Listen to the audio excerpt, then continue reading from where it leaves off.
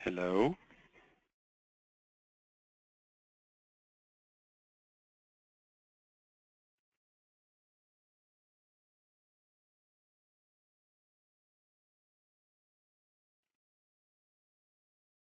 I'm here, Bruce, but I can't hear anything either. Okay.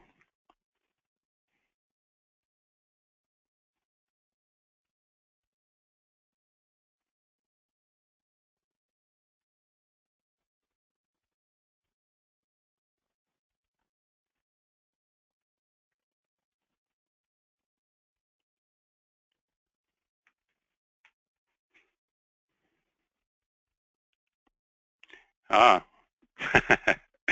I see a message that says go ahead and start talking, Bruce. Jennifer, please confirm.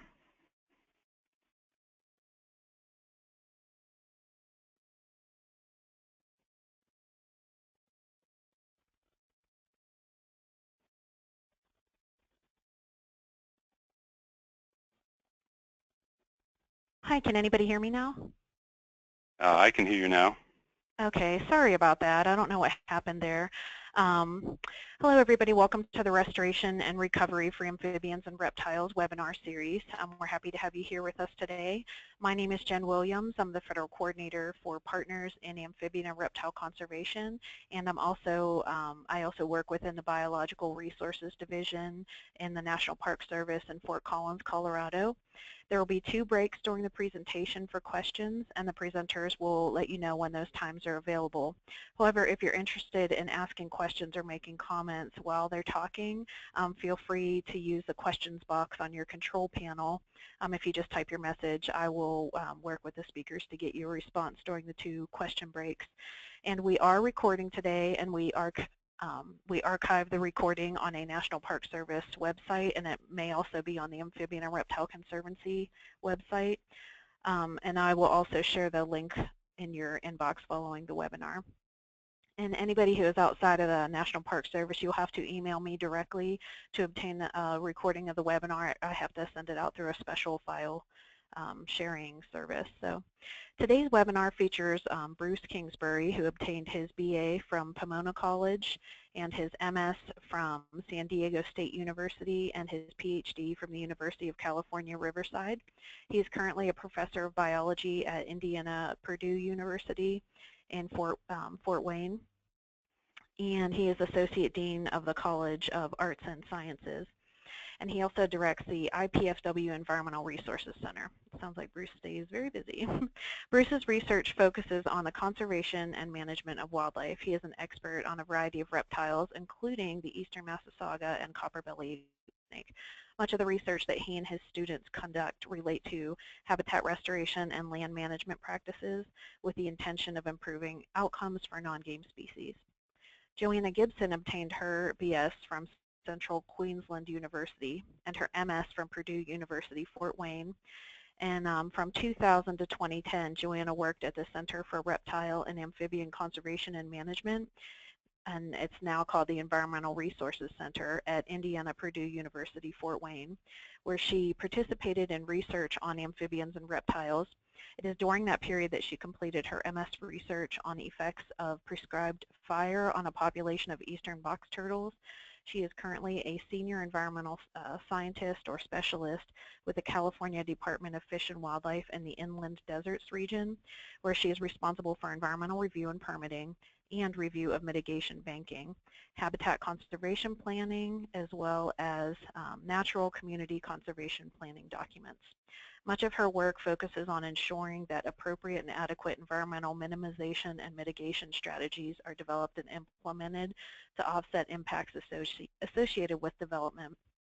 And just to let you know, we've already had 1 webinar in this series. It was focused on the northwestern U.S., and there will be 2 more webinars focusing on habitat management guidelines. We'll have the Northeast webinar in June, and then the Southeast in October. So again, please email me if you'd like some more information on those upcoming or past webinars. Take it away, Bruce and Joanna. Thank you. All right. Thanks, Jen, for that introduction, and thank you all for joining Joanna and I for our presentation today. to get started, we really want to extend our thanks to the Wildlife Conservation Branch and Biological Resources Division within the National Park Service for funding this endeavor and making it possible. As noted, this presentation is a production of PARC, Partners in Amphibian and Reptile Conservation, and so to start off, I wanted to say a little bit about PARC. And here's the mission for PARC: to conserve amphibians, reptiles, and their habitats as integral parts of our ecosystem and culture throughout proactive and coordinated public-private partnerships. And the emphasis there is partnerships, and it's right in the name of the organization. So who is PARC? So it's a broad collaborative, including all of the 11 agencies that are relating to environmental issues. All 50 states are participating, and then there's a wide variety of NGOs, academics, private individuals, etc., that are also involved. And then in terms of what it is, it's many things, but mostly it's about the conversation and the collaboration to get everyone involved, to generate products that are useful for conservation of reptiles and amphibians. It's regionally organized. Here's a map showing the distribution of the regions for PARC, and there's the Midwest region highlighted,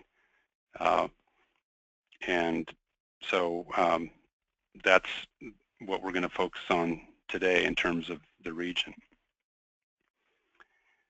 PARC produces a lot of very useful documents and other sorts of products. Here are two: the inventory and monitoring guidelines for herps, and then the habitat management guidelines series that we're going to be highlighting today. This afternoon, the strategy is going to be to start with talking about basic reptile and amphibian natural history, because in order to properly conserve these organisms, we really have to have some fundamental knowledge of their ecology and behavior. Then we're going to turn to the habitat management guides, focusing on a few of the habitat chapters. These are just examples. We could spend a day or several days going over the details that are throughout the HMG. And really what we're trying to do here is give you a taste and encourage you then to delve further into it. Nevertheless, even though we're just taking a sample, that'll take up the bulk of the presentation today.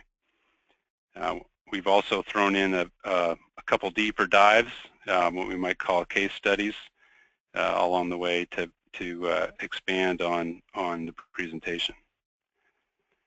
So to get started on some background, the Midwest has a fairly diverse array of amphibians and reptiles, and across that array we see that there's all kinds of life history strategies and adaptations to various sorts of environments. Not too many invasive species in the Midwest. Certainly other areas have had to deal with this far more than we have. Just a side note, research on the ecology, habitat management, and conservation of herps has lagged behind that for other taxonomic groups, but things are getting better. So some fundamental background on herps. So first of all, they are ectothermic. That is to say, they rely on external sources of heat in contrast to endotherms like ourselves. Cold-blooded, to me, is really a misnomer, since they are often pretty warm, and if they have a choice, that's where they would prefer to be. Many reptiles, for example, like to be in the 80s or around 30 degrees Celsius. They can survive extended periods without eating because their metabolic requirements are very low because of ectothermy. And as a consequence, they can also devote a lot of their energy to growth and reproduction rather than just heat production. I would also note that reptiles are fairly resistant to water loss, but North American amphibians are not. Even species like toads, which some people think are somewhat resistant to water loss, really are lose water at the rate equivalent to a sponge. So they have to be able to get to moisture in some fashion in order to rehydrate. Herps are usually hidden and mostly solitary. Lots of other animals like to eat them, so they lay low. Nevertheless, some species can be quite abundant. Salamanders in many areas are likely the most abundant vertebrate. And in the Midwest, perhaps the most abundant snake is the brown snake, a little secretive snake that most people don't see. That said, they can be very concentrated at certain times, such as when breeding or hibernating, and this is something that we'll revisit later on in the presentation. They use a variety of habitats. It's really a mistake to think of their needs as being relatively simplistic, and the more you learn about the ecology of the animals, the more you realize that to be the case. A couple of examples would be mole salamanders, which spend the majority of their life well away from water and underground, but then they briefly leave those terrestrial habitats to breed in late winter or early spring before they go back to their forest environments. Turtles take the opposite path, traveling to terrestrial environments to lay their eggs. And Blanding's turtles may, for example, travel 1 kilometer or more, crossing roads and agricultural landscapes along the way. So a lot of moving around. And copperbelly water snakes and Blanding's turtles may visit multiple wetlands in a single day. Many of the species, particularly amphibians, have widely fluctuating populations. This is important because seeing a good year of amphibians may convince you that their populations are doing spectacularly well, and that actually might be true at the moment, but they do fluctuate up and down naturally over time, and when those populations are low, they might be particularly vulnerable to extirpation, and they need those banner years to make it through the bad years. And finally, herps are important both as predators and prey. They eat a lot of smaller things, but they are the food for a lot of other animals, and so they're critical in food web dynamics in many areas. Something I wanted to spend a little bit of time on as sort of a deeper dive was to think about life history a bit. It's important to understand that we cannot think of many species of reptile and amphibian, particularly reptiles, as having life histories that are like game species.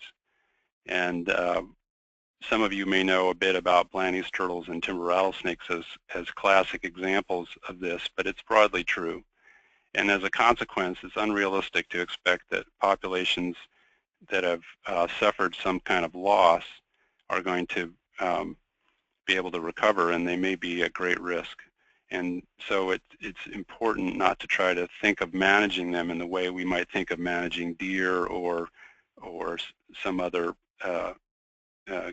game species that has a fairly fast recovery.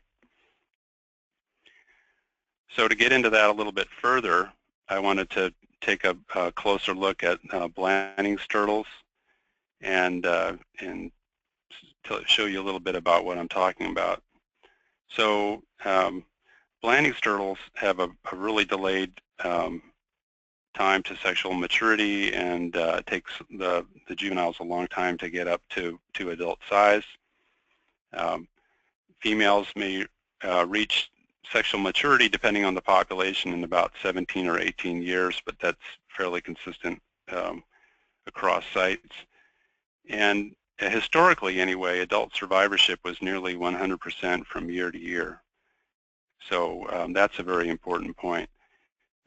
Fortunately for them, the females keep on reproducing as long as they're alive. We're aware of older individuals that are very successful at continuing to reproduce. In order to nest, the females may travel substantial distances, which would potentially put the adults at risk. They might not breed every year, and when they do breed, they're only laying one clutch, and the clutch is about 10 eggs, give or take. So here's the problems. Animals like raccoons and opossums and skunks, etc., are very effective at depredating nests, and almost all of the nests are predated in the first day.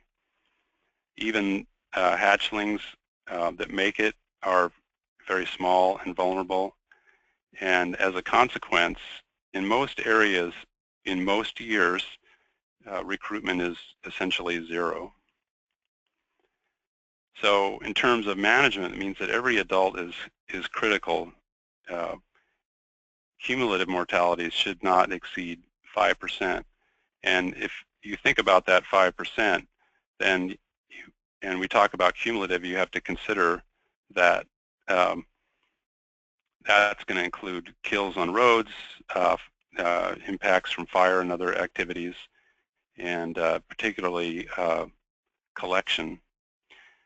So population recovery is going to be very low, and recruitment rates, even in the best locations, are just barely enough to take care of adult losses. And for that reason, every effort should also be made to promote recruitment.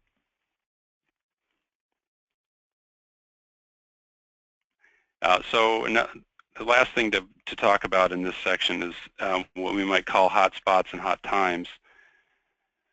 Some of the habitats that the species may need may be relatively uncommon, and they may only be used at critical points in time. So when you're thinking about trying to protect the species, you need to think about what those critical habitats are and be very aware of when the animals are using them so that you might time your management manipulations. So gestation sites are fairly important. Here's a Massasauga that has just given birth to some babies, and they hang around together for about a week before they disperse. Nesting sites are another one. In this case, late spring is a critical time, and recall that turtles may travel quite a bit to get where they think they need to go. Here's a turtle nesting right next to a gravel road, so they're going to experience some vulnerability there. And then the last one of these, and I thought I'd spend just a moment longer on this one, is hibernacula. So these Massasaugas, as I've depicted here, and if you can see my pointer, and if you go up and look to the upper left-hand corner, there's a crayfish burrow that the snake has come out of, and there was a prescribed fire conducted in this area, and so you can see the blackened debris in the background. But the snake itself is chalky because of the calcareous soil that it just came out of. Now these animals are going to be quite safe when they're underground, but when they emerge, they're going to be concentrated and very vulnerable. And the suitable sites for this sort of thing are pretty restricted. And because they're restricted, the snakes may travel some distance to get there. For this particular instance, this hibernation happens in crayfish burrows, and the snakes actually hibernate underwater in these crayfish burrows. to get to such a site, the snakes may travel some distance. Here are some minimum convex polygons, which all have an apex over here in this one area, and that's where they actually are hibernating. And from there, then they disperse over a very large area. But if practices were conducted at the wrong time in an area that's essentially the size of a family house, then that would devastate that population. Here's some minimum convex polygons coming out of localities from timber rattlesnake hibernacula, same kind of pattern. So it's important to keep these sorts of things in mind. Now, to kind of close on this, I point out some temperature data over a spring period for Massasaugas, where we have temperatures at different depths, and we have a flip in the temperatures in terms of how deep they are in the soil. That happens early in the spring, and then the red lines are when the snakes are coming out of the ground. If fire or other manipulations are conducted before those snakes emerge, then they're going to be safe. However, if the fire is conducted in that area a week or two later, then that population is going to be impacted. So the timing is very important. So conservation and challenges for amphibians and reptiles are extensive. We have them listed here. Of course, we're going to be focusing on habitat and also on management. And so within the notion of habitat loss, alteration, and fragmentation, there's outright habitat removal, there's degradation from succession, invasion from non-natives, fragmentation, et cetera, et cetera. So these are the big concerns that we have about habitat loss and the many ways that such occurs. All right, so with that, this is going to be the end of our first section. I do want to highlight that there are a variety of park tools that are available. They're listed there. That's just to sort of suggest to you what's out there. If you go to Park Place, you can take a look at what's really there. And also, there's a handout that's associated with this talk that will be provided, and that has a lot of other resources. So at this point, I will turn it over and see what kind of questions we have. Bruce, we did receive one comment, and somebody had said that the inventory and monitoring book is not available, and that is correct. We're currently out of hard copy supplies, but we are prepping to get another print run done, and so please email me at jen_williams@nps.gov if you'd like a copy, and we can get that added to our pre-order. Please indicate the number of copies and how you plan on paying for it. One question is, can you comment on indirect effects of fire, such as increases in predation by hawks, etc., and the importance of leaving unburned patches? Sure, that's a great question. As a little foreshadowing, I'll note that towards the end of the presentation, I'll spend a little bit more time on fire because I think it's a very important one to talk about. I am an advocate for incomplete burning. That is to say that a patchy fire is definitely advantageous. There is a lot of information now available in terms of recommendations for how to do burns. And if you go to the Midwest Park site, there actually is a white paper there that you might consider to be valuable. I think we don't have time to delve too much into these details, but I think it's really quite important that people be very considerate of the pros and cons of fire. Okay, Thanks, Bruce. And another question we have is, does park get involved with conservation easements? Does park get involved with conservation?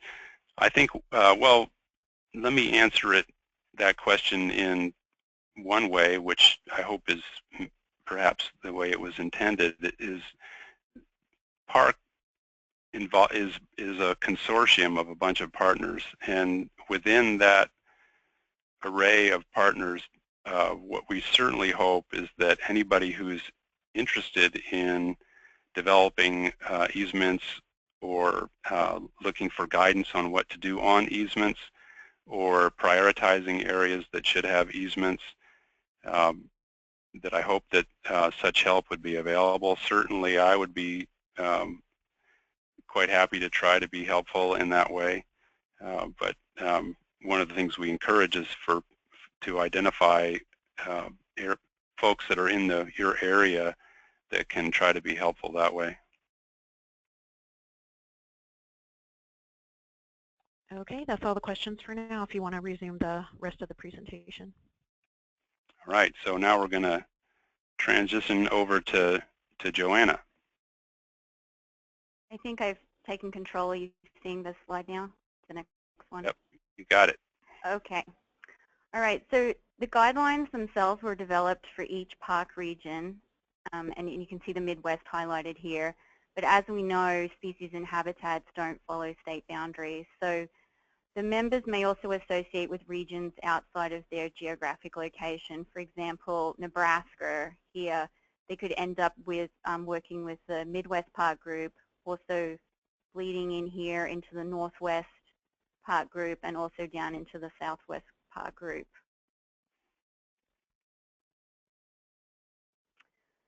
The guidelines outline management principles and specific activities that can be implemented by land managers to help keep common species common, stem the decline of imperiled species, guide habitat restoration efforts for the benefit of amphibians and reptiles, and reduce the likelihood that additional species will be added to the endangered species list. We've added a link at the bottom of the screen here for you to acquire a free hard copy or a PDF, and this information is also provided on the handout. So the habitat sections covered includes 2 sets of management guidelines, maximizing compatibility and ideal. Maximizing compatibility are targeted towards the conservation and stewardship of amphibians and reptiles while managing lands primarily for other uses. And the ideal guidelines focus on management activities where amphibian and reptile conservation is the primary objective. So where there is an interest in implementing management activities for the benefit of reptiles and amphibians, the first step is information gathering and the development of a management plan. So it's good to start out by conducting an inventory of the habitat types and map their locations and sizes in the landscape. If funding and staffing is limited, species surveys can't be completed, you could consider cross-referencing your habitat types with Appendix B of the guidelines. And the Appendix B provides a matrix of amphibian and reptile species occurrence by habitat type. Once you have this information gathered, it's easier to identify areas that need restoration or other management actions that would benefit amphibians and reptiles. You also want to pay attention to current habitat conditions, such as the presence of invasive plants or other species.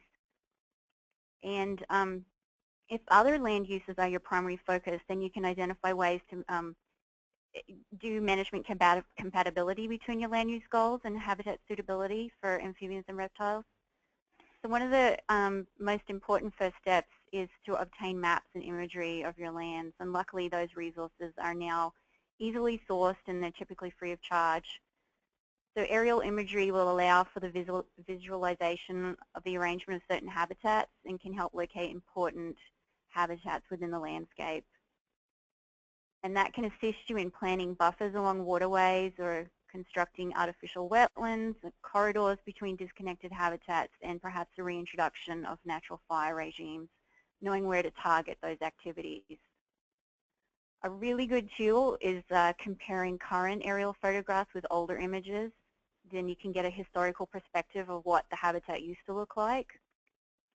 And you'll quite often find that there's going to be compatibility with the management objectives that you'd like to pursue with other wildlife and management goals. We encourage collaborating with experts.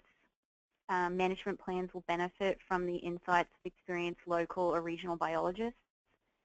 And of course, periodic monitoring of amphibian and reptile populations and habitat quality will help you gauge whether or not any management actions you implement have achieved their desired effects.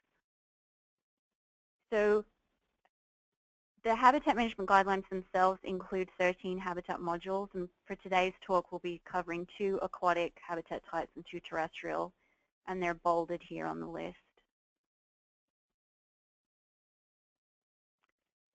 For seasonal wetlands, the first step in the management of these habitats is to identify where they are in the landscape. It can be difficult to identify where they are when they're dry, so the best time to look is in winter and spring where water pools in the landscape. Consider protecting those areas in place. Let them stay seasonal. Widening or deepening them may eliminate their use by amphibians and reptiles. If deeper ponds are needed, it's best to consider building them away from these natural habitats. Larger open water wetlands, particularly those that may hold water for several years between drying cycles, are tempting targets for stocking with fish. However, the presence of fish reduces or eliminates reproductive success for many amphibians, so we discourage that. And maintaining natural habitat around wetlands is important. Species often spend the majority of the season outside those areas, and they only visit the wetland itself for reproduction. So the immediate surrounding habitat of wetlands is really important. The shoreline structure provides habitat for breeding, foraging, or refuge, and it also, the corridors themselves and the buffer area out there around the wetlands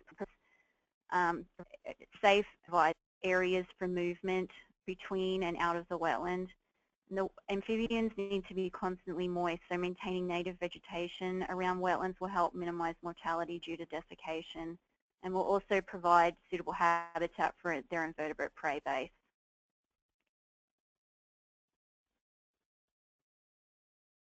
You can also consider restoring or creating wetlands where they have been degraded or destroyed.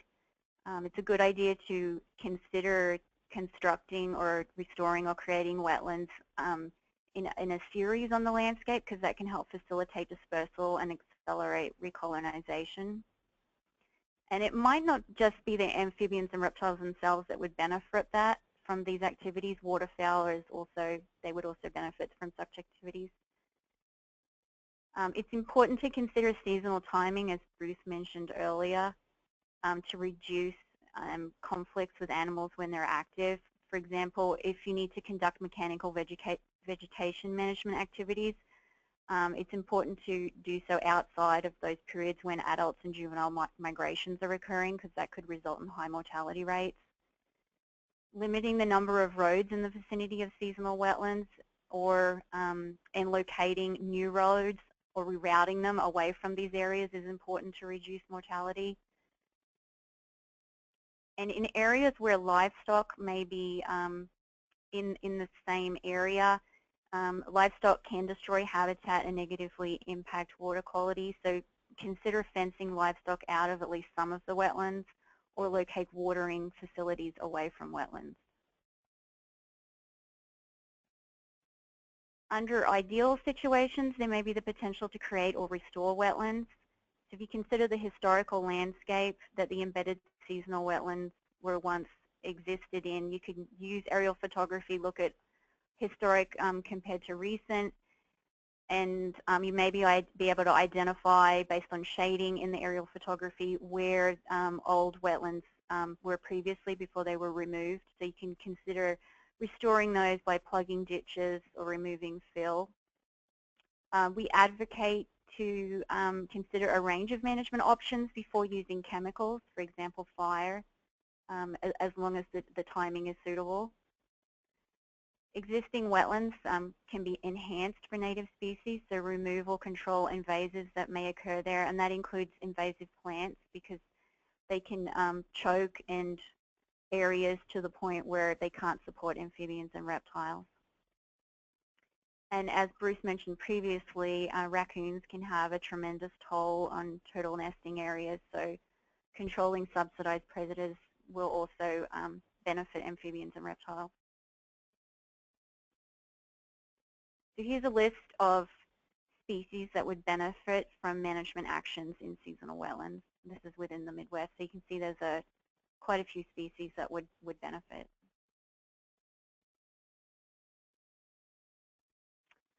Now I wanted to go through a couple of examples of wetland restoration creation efforts, and this is a before and after, and then before and after on the other side of the screen. So the examples provided on this slide and the next one that we'll see use techniques outlined in Tom Biebighauser's A Guide to Creating Vernal Pools. These two examples on this slide were completed on the Hoosier National Forest in southern Indiana and on decommissioned roads. In both examples, the roads were permanently closed and the area was shaped with a narrow blade using a low ground pressure dozer. Sites were seeded with native species and mulch. And then for the effort, the staff from the Hoosier National Forest were able to create 20 pools along an abandoned roadbed in only 3 days. And the lower image over here, this picture was actually taken only 4 months after construction of the wetlands, and you can still see some turbidity in the water. And the one on the right was taken 14 months post-construction. Here's an example of a seasonal wetland being created that required more intensive effort than the previous examples we were looking at. So in this example, the site was cleared of trees and the trees are put to one side and saved. Topsoil was removed, and again that was stockpiled and saved. And a core trench was dug and filled with clay, and then the area was compacted. Topsoil was redistributed, vegetation was placed back in and around the wetland, and the sites were seeded and mulched. And these two examples on the screen follow those techniques I just mentioned. This lower wetland here on the left-hand side was built in 2009 on the Mark Twain National Forest in Missouri, and total construction costs were only $800, so you can make these wetlands quite cheaply.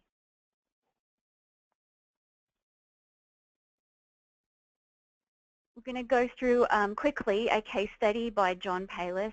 He looked at amphibian and reptile colonization of constructed wetlands in southern Illinois.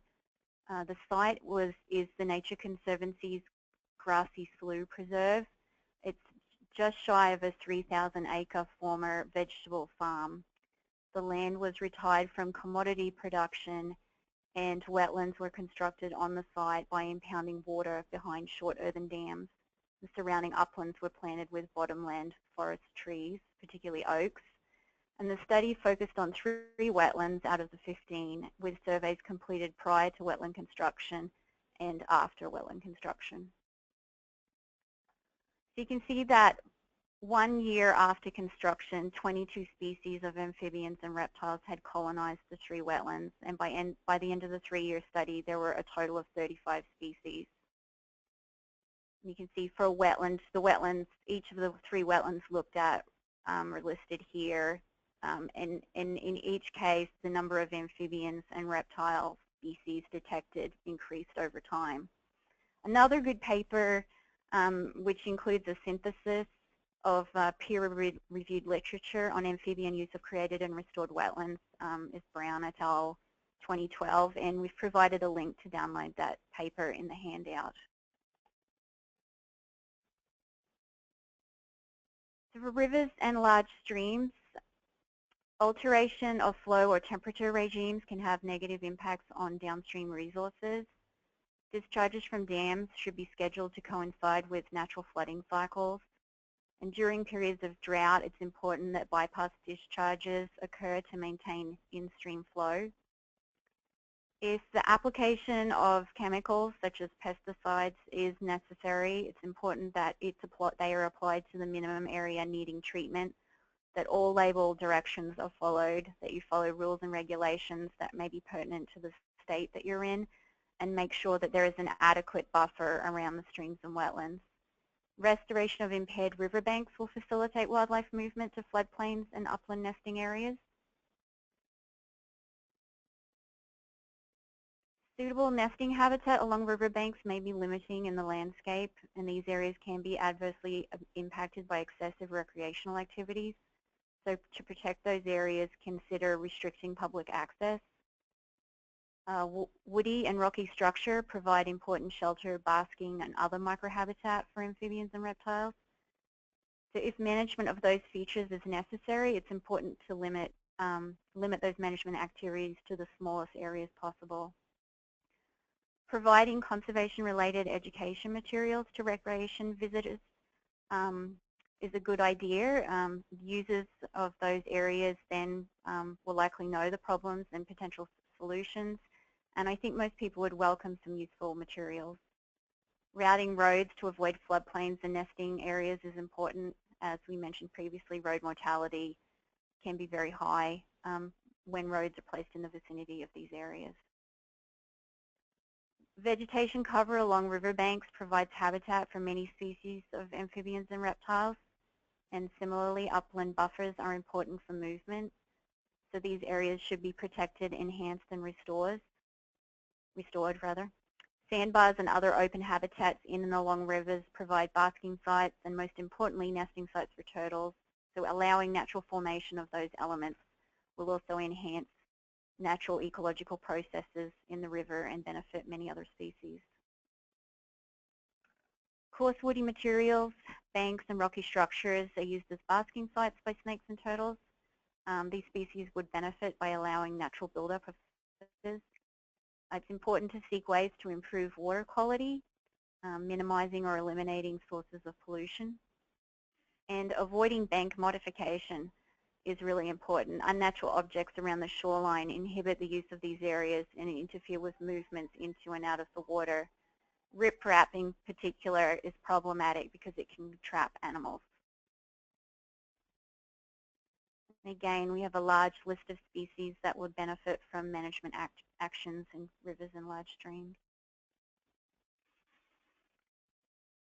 For grasslands and prairies, where mowing and haying are goals, timing is important. It's important to limit them to the least active periods. Also, mowing at high blade heights, 8 inches or greater, will reduce reptile injury and mortality. And using mowing systems that don't create suction will also help minimize mortality.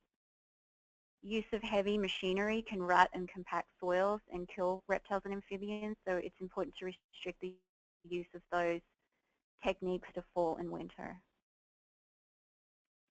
Identifying and protecting embedded habitats such as seasonal wetlands, bogs, fens, streams, springs, seeps, and rock outcrops is important within larger habitat complexes such as grasslands and prairies.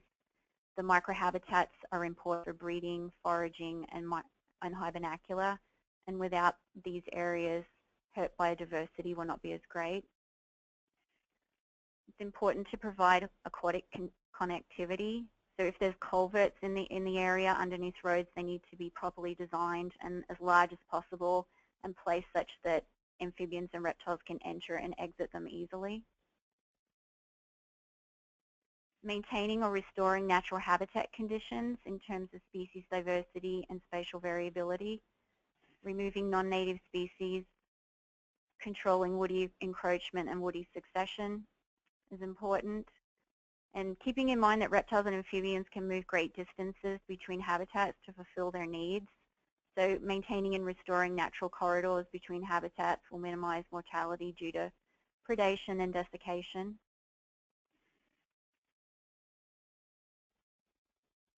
Restoring the natural fire frequency, intensity, and seasonality is a great idea where it's appropriate. If fire is not possible, a good option is controlled grazing, especially by herbivores such as goats and bison. And leaving habitat structure in place such as rocks, brush piles, and other woody materials will provide important habitat and refuge sites for amphibians and reptiles. Again, we have a species list for species that are found in grasslands and prairies in the Midwest that would benefit from management activities in those habitats.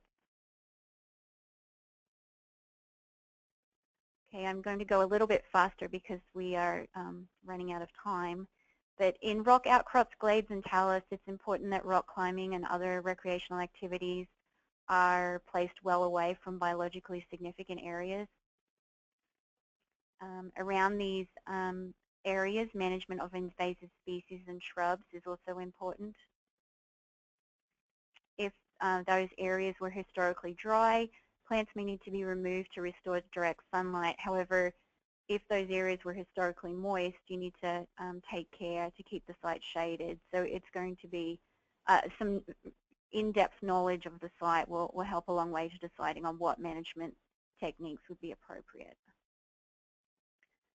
Protecting the predominant habitat that surrounds rock outcrops allows for the dispersal of amphibians and reptiles to foraging areas and other sites. Hibernating reptiles and rock-dwelling salamanders usually spend only a part of their annual cycles in these areas. So providing safe passage to areas adjacent habitats is very important.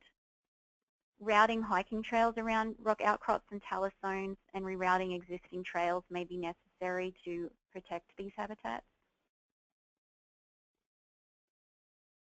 Hibernating snakes and dense colonies of salamanders are extremely vulnerable to collecting or killing because they are concentrated in small areas. We've touched on this earlier.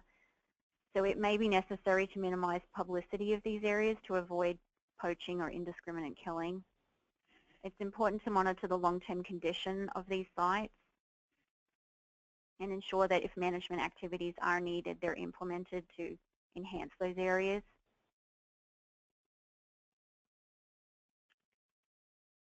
And here we have another list of the species that occupy rock outcrops, glades, and talus that would benefit from management activities.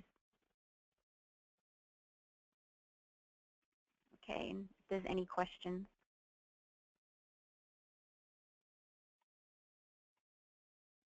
I don't see any right now, but we'll see if any pop up. But I was wondering if you could clarify, you had mentioned not using mowers, like suction mowers or something like that. Can you provide a little bit of clarification on that? Yeah, some mowers, if they're low to the ground, can create a suction, so animals can be pulled up and into them. So if the mowing height is raised, the suction doesn't occur. Okay, thank you.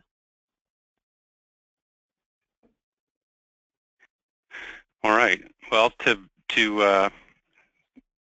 go for the last piece here, I wanted to speak a little bit about conflicting priorities. There are a variety of them. Of course, property managers are faced with multiple objectives, and one of the challenging parts of their job is to figure out what to do about that. But there are a few that come up a lot. Fire is one, very important tool for managing woody vegetation. A crucial thing with respect to fire is to consider the timing of it and understand how that's going to affect amphibians and reptiles. And in a moment, I'll talk a little bit more about that.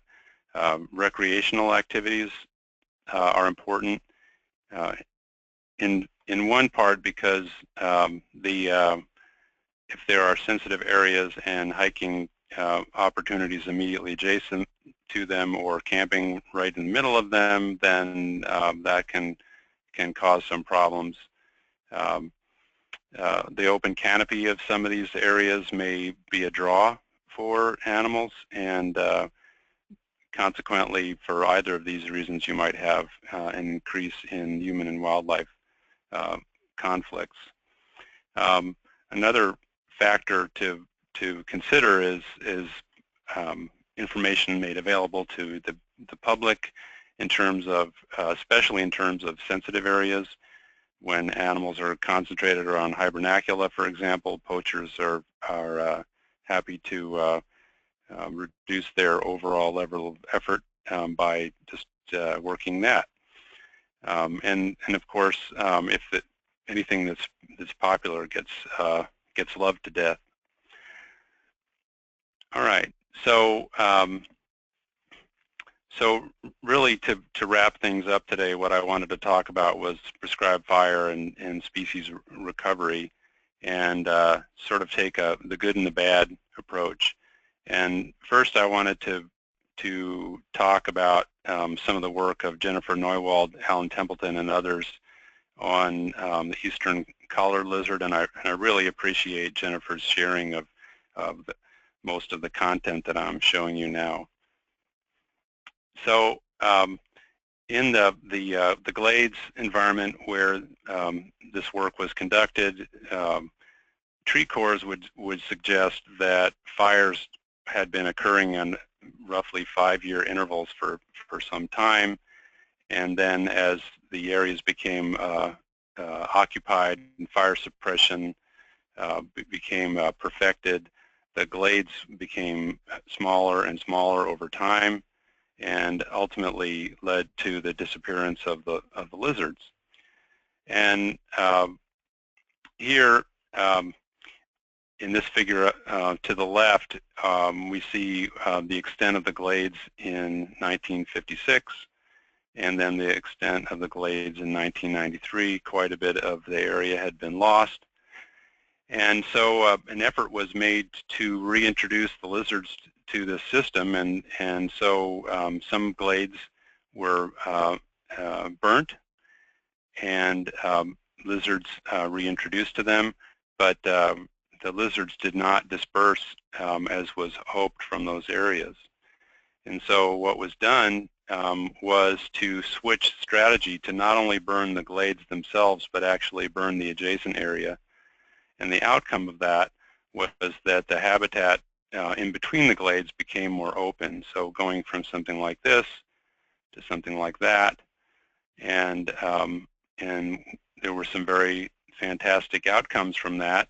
They started to see the colonization of new glades, and as the fire strategy expanded, more and more glades were occupied, to the point that many of the glades on Stiegel Mountain now had the lizards on them. So that was great.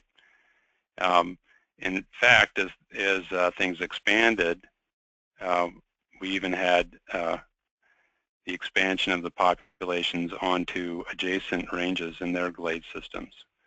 So clearly an example of a very successful effort to help out a species.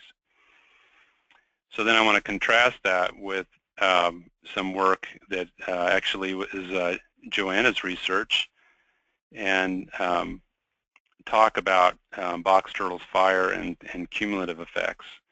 So just remember that these threats that we're talking about come from all sides for something like a turtle, and fire is an additional factor to consider. So under typical fire regimes, what we found was that in areas where animals were being tracked and where fires were occurring in the spring, we were having 10 to 20% mortality. And furthermore, any of the turtles that were found incidentally in the area also had similar levels of injury. And not to dwell on it too much, but the injuries may not be immediately apparent, and they might take months to resolve one way or the other. And these sorts of injuries can involve different sorts of types, but they're substantial. And just to ride along for a moment with one turtle that experienced this, here's the turtle in May of 2006, and then progressing through the burn season in 2007. And you can see the red blemishes where the turtle has been injured, although by and large it kind of looks like everything's okay. But over time, the tissue falls off.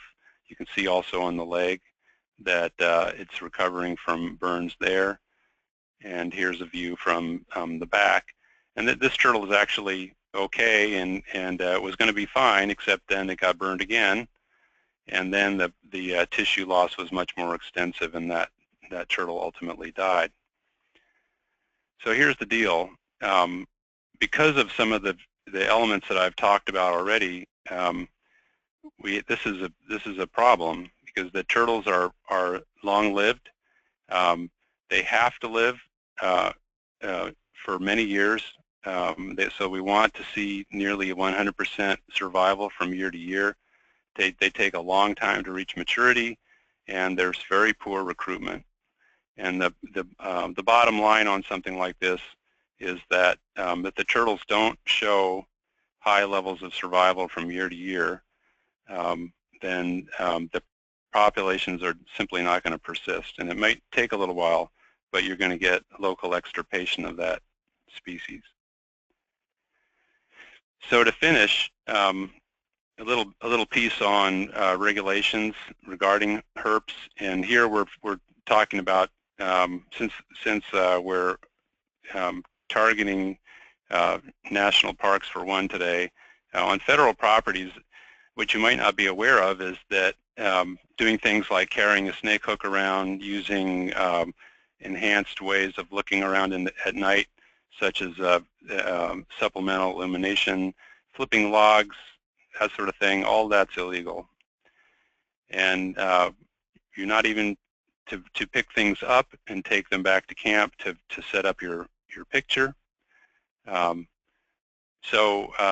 all of this comes under the Lacey Act, and so this is something for not only visitors but also land managers to understand. So with all that considered, what is allowed? Well, that would be if you come upon a species of interest, then take a picture without disturbing it, and then you've managed to avoid all of the federal infringements that you might have otherwise. So with that, we're done. And I want to thank you very much for listening and invite another round of questions.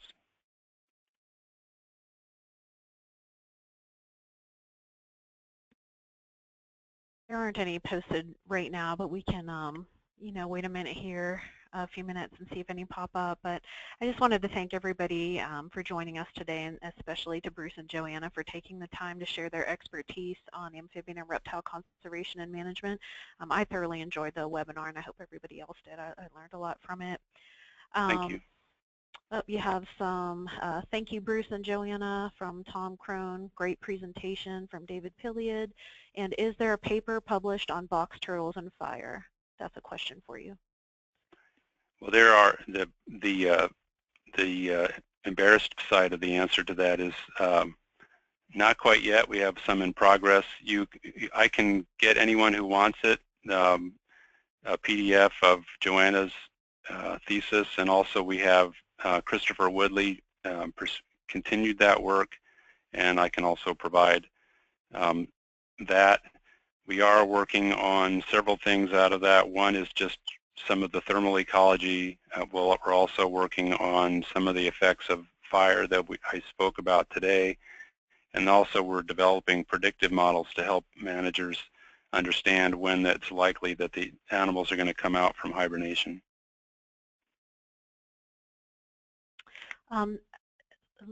Laura, there's also a publication on the Midwest Park site, which is www.mwparc.org. And if you look under products, then under fire, there's a prescribed burning guidelines for amphibians and reptiles document up there that you're welcome to grab off of there. And it says, here's another question for you, Bruce. We have recently, and Joanna, we have recently started burning in the September to November period for pollinator habitat improvement. Is this a conflict for herps? Well, I'll comment and then invite Joanna to follow up. What I want to start with is we need so much work done on understanding fire that we need an active research program to actually understand these sorts of things. In order to really answer that question, I would need to know about where this was being done, and harkening back to something that Joanna pointed out is that we really need to know what species are present and what their particulars are in order to give the best answer to that. I do advocate that we think more flexibly about burns that are not in the traditional window that's so narrow in the spring. Okay, thank you. And we have one more question. It says, how would you characterize the difference between core versus buffer zones around habitats, and is it species specific? Great question.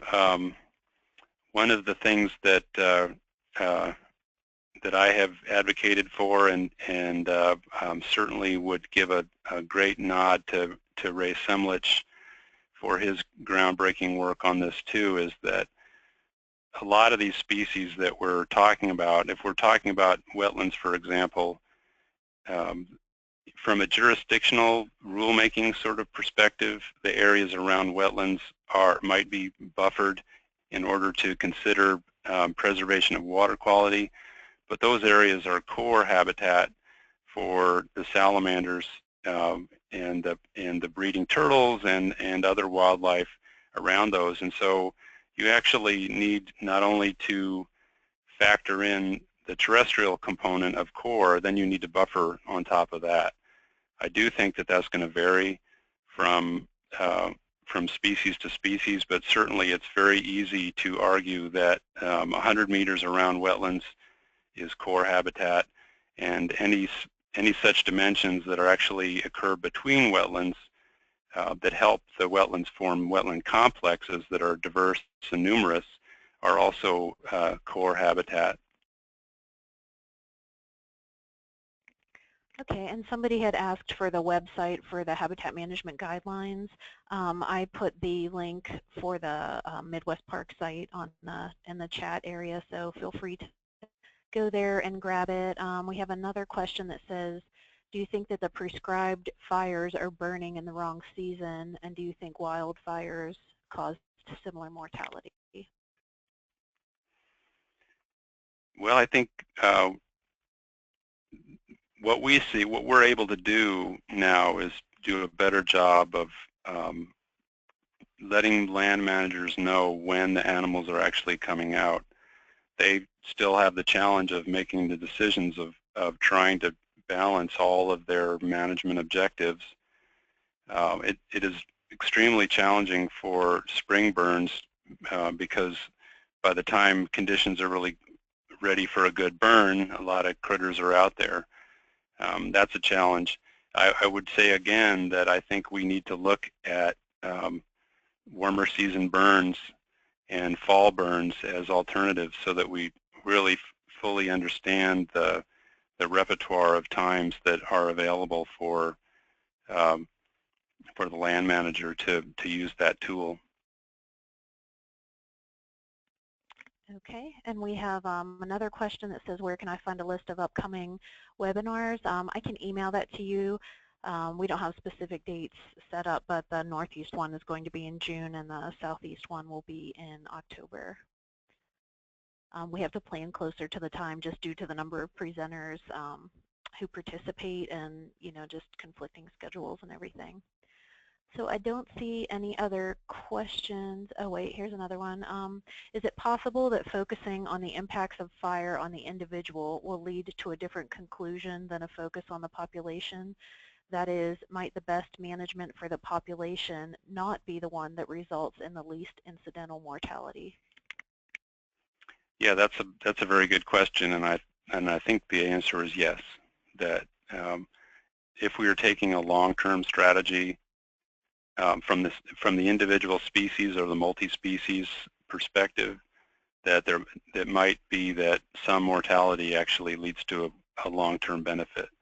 I think the caution is to actually understand the real meaning of that, and that the danger is that we may, without really understanding how severe the impacts are, tell ourselves that the effects are minimal. And I've certainly been in habitat where the habitat looks great and the species are not there.